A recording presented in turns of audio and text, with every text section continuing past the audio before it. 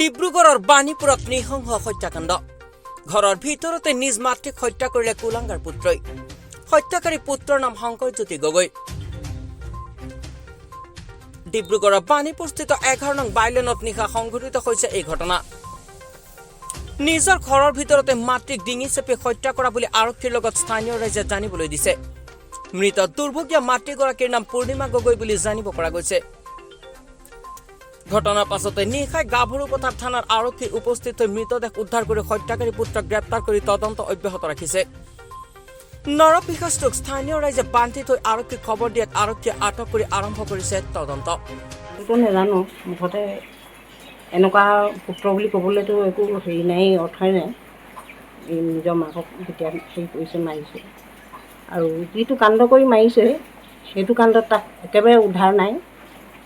তাৰ মৃত্যুৱে অনিবাৰ্য তাক মাৰি পেলালেও আমি একো ক'বলৈ নাই নিজৰ যদি জন্মদাত্ৰীক মাৰিব পাৰিছে আৰু কি হ'ব আৰু সেইটো গতিকে মাতৃ বুলি ক'লে আমি বহুত দুখ পাইছোঁ আৰু এতিয়া মাক বুলি ক'লে কেনেকুৱা লাগে আৰু মাকৰ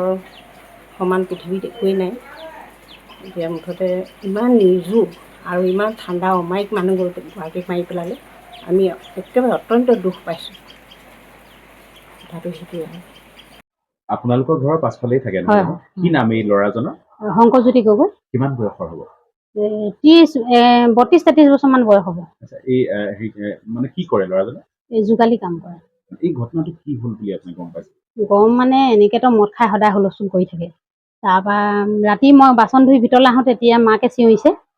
যে মই মৰিলোঁ সেনেকৈ চিঞৰিলে তেতিয়া সদায় হুলস্থুল হৈ থাকে কাৰণে ইমান কাণ নাই পতা তথাপিতো মই এখেতক ক'লোহি যে হুলস্থুল হৈছে মৰিলোঁ বুলি চিঞৰিছে এখেতে ক'লে সদায় হুলস্থুল হৈয়ে থাকেচোন সেইকাৰণে কি কাণ পাতি থাকা তাহাঁতৰ কথাবোৰ তুমি সেই বুলি ক'লে মোক হ'লেও মই গ'লোঁ আমি দুইজন গ'লোঁ আকৌ বাইদেউ পুতেকবোৰেক আহিলে সিহঁতিও গ'ল গৈ দেখিছে তেতিয়া আমি দেখিছোঁ যে মাকক পেলাই সি মানুহটো থিয় হৈ আছে কিমান বজাৰ ঘটনা 10 বজাৰ ঘটনা ৰাতি 10 বজাৰ ঘটনা এই ল'ৰাজনে কি কৰিছিলে কাম যোগালী কৰে কিবা মানসিকভাৱে হেৰি নেকি হয় নেকি নাই নহয় ভালেই ঠিকে আছে ন ঠিকে আছে যোগালী কৰে যোগালী খালি হুলস্থুল সদায় ৰাতি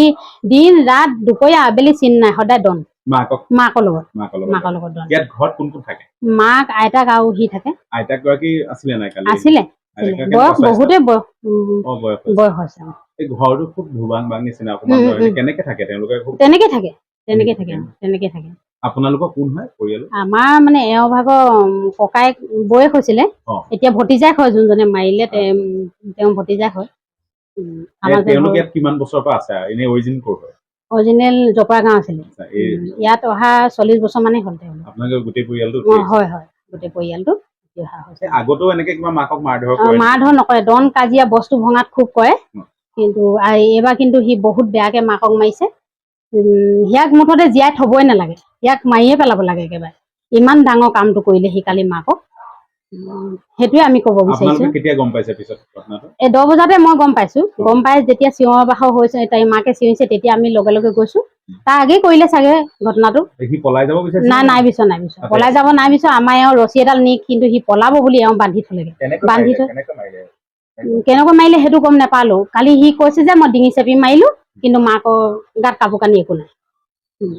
ইমানখিনিয়ে গম পাওঁ আৰু আপোনাৰ নামটো আপুনি কি হয় তেওঁৰ ঘূৰিয়ে কৈছোঁ কি নাম আপোনাৰ মীৰা গগৈ